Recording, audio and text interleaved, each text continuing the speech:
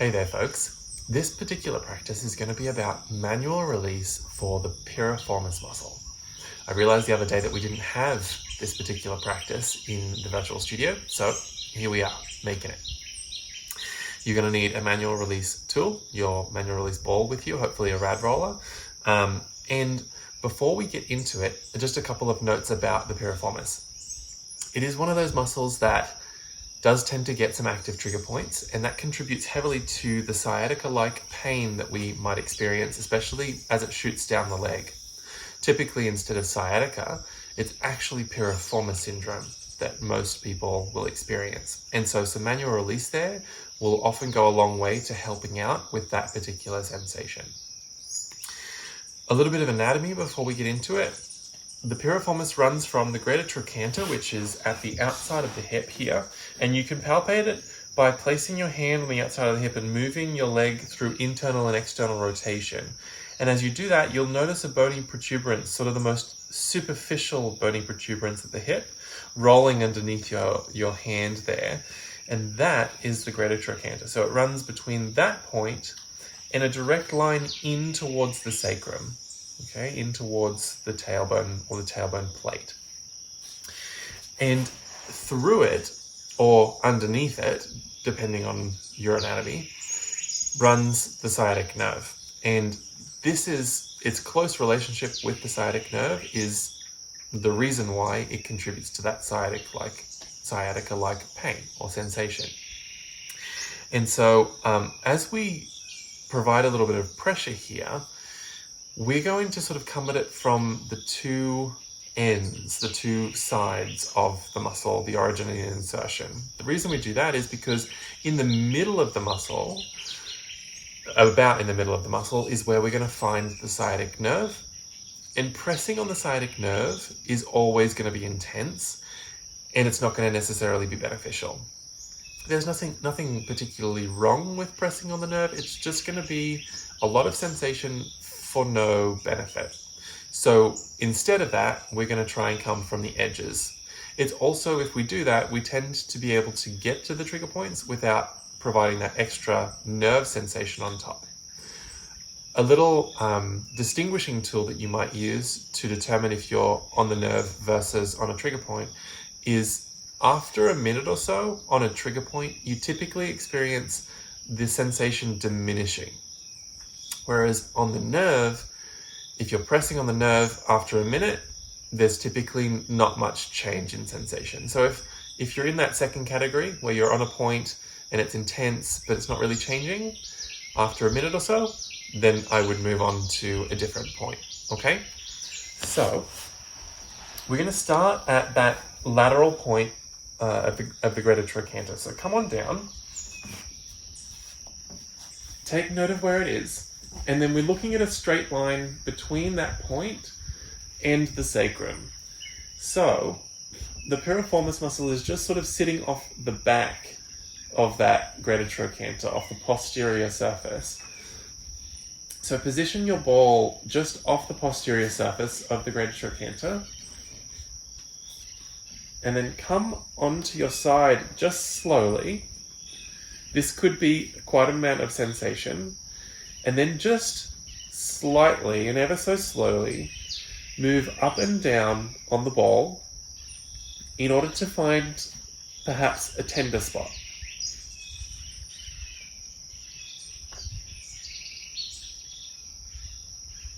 And when you do, set yourself up and take a few moments here.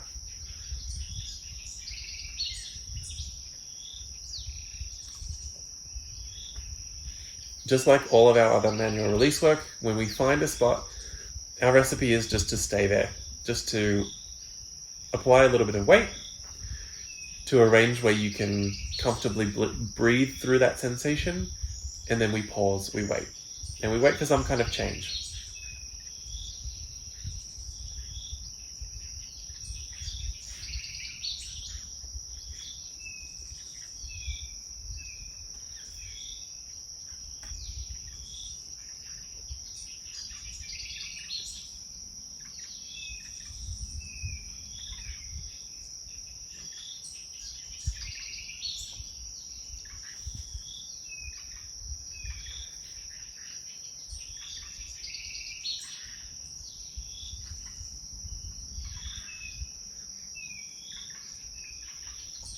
as we do this work, we're going to do about 2 points in each sort of region. So the lateral portion, the medial portion, and then we're going to do the other side as well.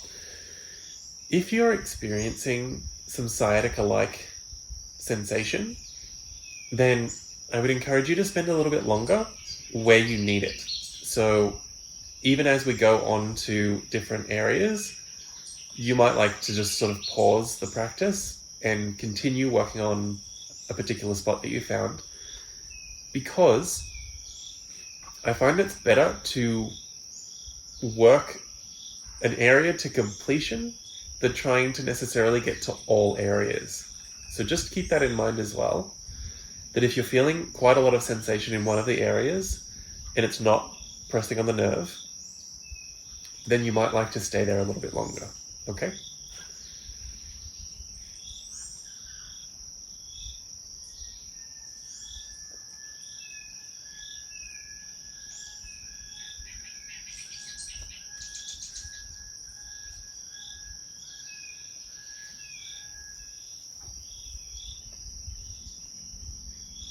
And after you notice some kind of change in sensation, then we're going to move the ball either a little bit down or a little bit up, depending on where you landed in that first spot. And it's only a small movement, about 1 centimeter or so, and then again, settle in with a little bit of weight. You might like to just double check and make sure the greater trochanter is still close to the ball.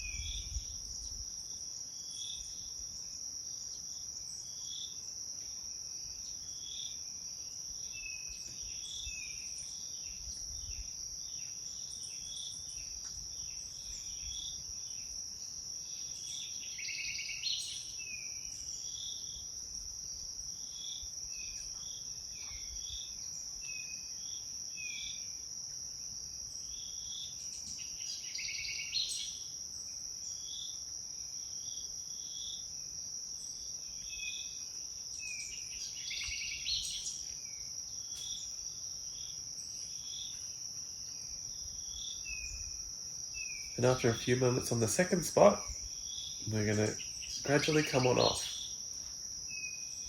Again, if you've got more work to do here, stay here and do it.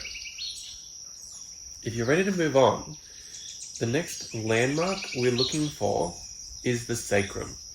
So palpate around behind you and try to find the bony plate that is the sacrum.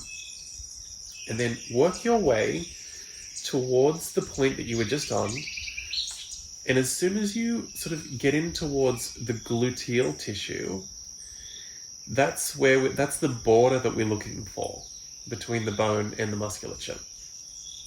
And then palpate for the greater trochanter and try to create a straight line between those 2 points, a direct line between those 2 points, okay? And then at that height on the sacrum, it's quite low, that's where you're going to have the ball. Just note as well that there are a good number of nerves in this area that feed into the sciatic nerve.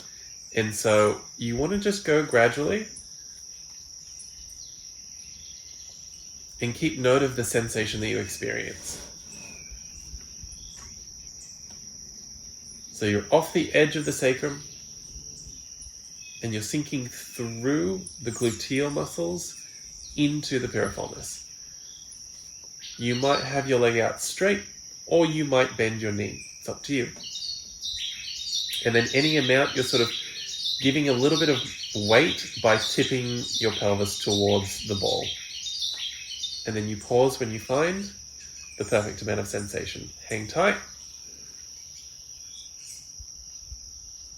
Take note of the sensation.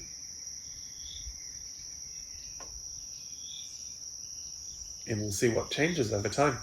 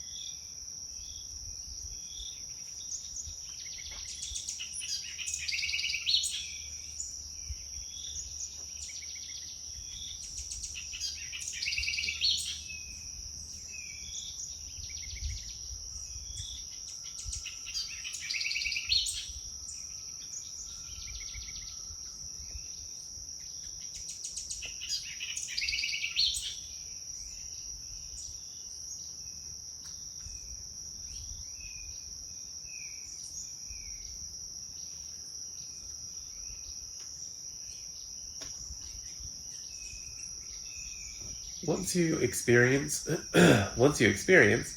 some kind of change in sensation there, then we're going to do the same adjustment or the same repositioning that we did on the first point. So either moving the ball a little bit up or a little bit down to find your second spot, and then pause.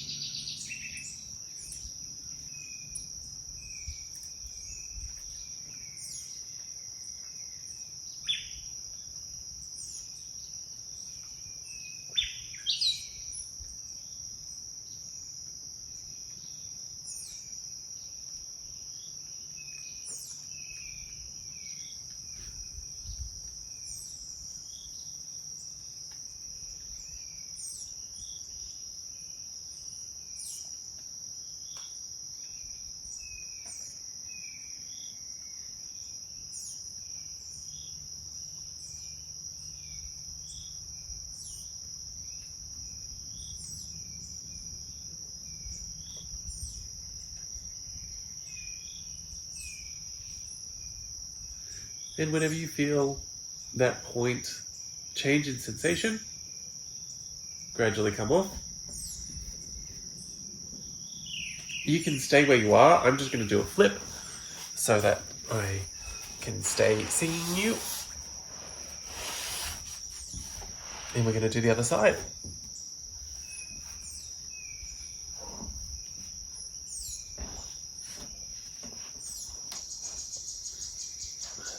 When we get to the other side, a little palpation of the greater trochanter, just to take note of where it is. And we're starting just behind that. Bring the ball underneath you. You can have the leg out straight, you can have the knee bent, it's up to you. A little exploration of the posterior surface of the greater trochanter until you find a spot, and then pause. You change the amount of weight that you commit to it based on how much sensation you experience, and hang out there.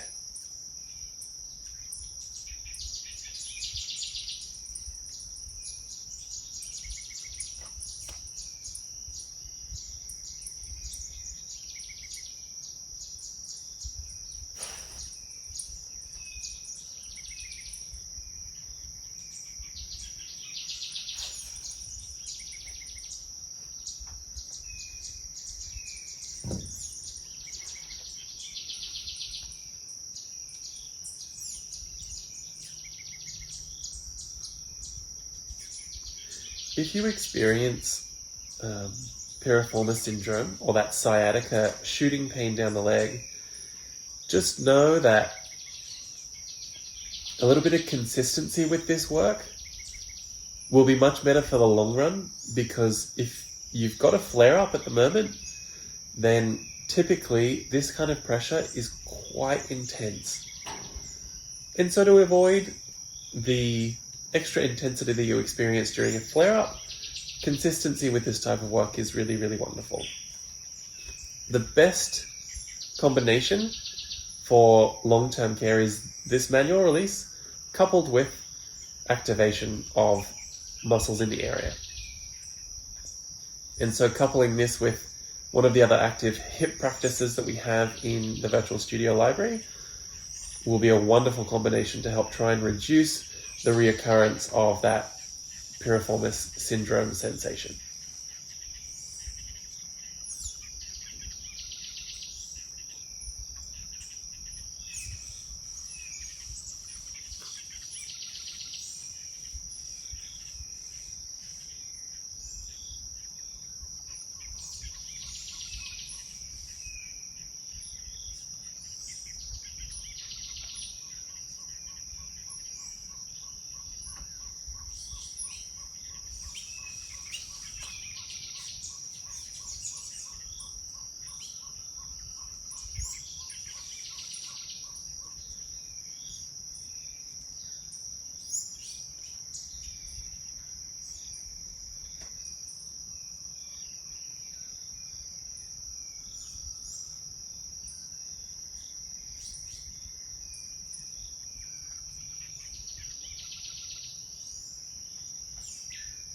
After you experience a change there, we'll do our little shift up or down, depending on where you are, to find our second spot. Just a small movement, a centimetre or half an inch.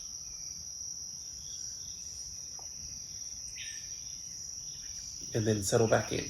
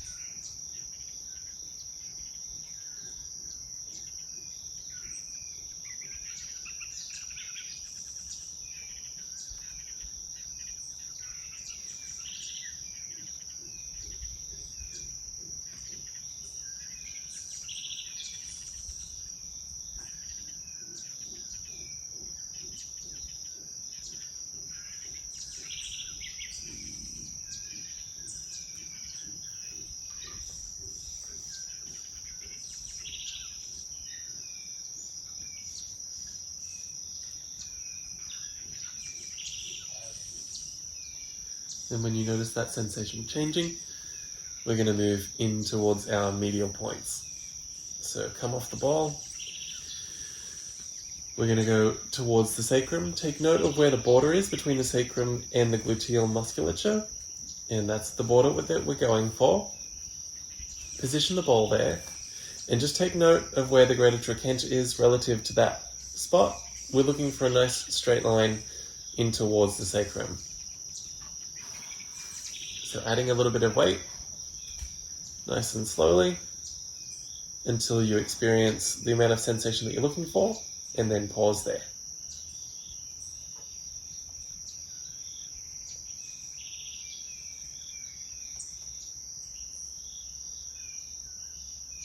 A reminder that if the sensation that you experience doesn't change over time, then we would be looking to probably move a little bit closer towards the sacrum.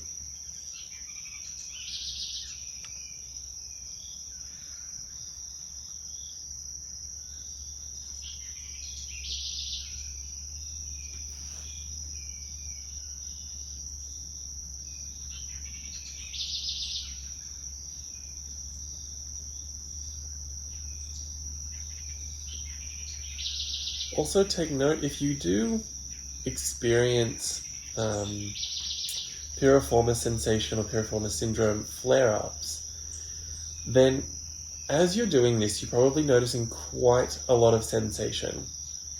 And just a reminder that frequency is more important than intensity. So even if you were to do this less intensely per spot and do it a couple of times today, the likelihood is that that'll be more beneficial than trying to sort of manage all of the sensation that you might be able to give yourself per spot. So try frequency instead of intensity. And also then know that for the long run, frequency is also a great way to reduce the likelihood of recurrence and reduce the intensity of reoccurrence. So adding this manual release in maybe once a week, if piriformis syndrome is something that you experience frequently.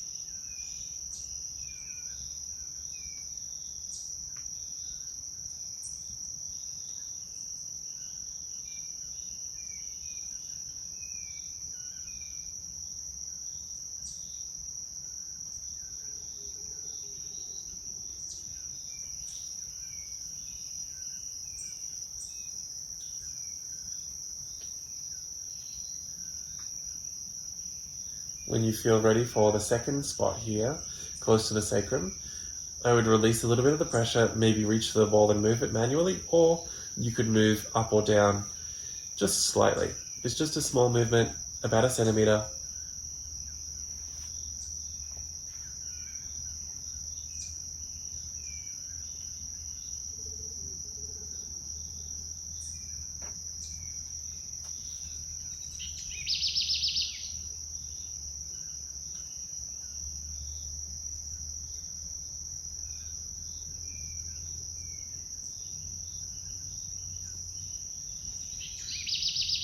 The piriformis is one of those tricky muscles, I'm going to say, because in this position here, it's our primary lateral rotator. And so if we have a flare-up, we would probably experience most sensation if we were to internally rotate the leg, therefore sort of pulling on the muscle or stretching the muscle.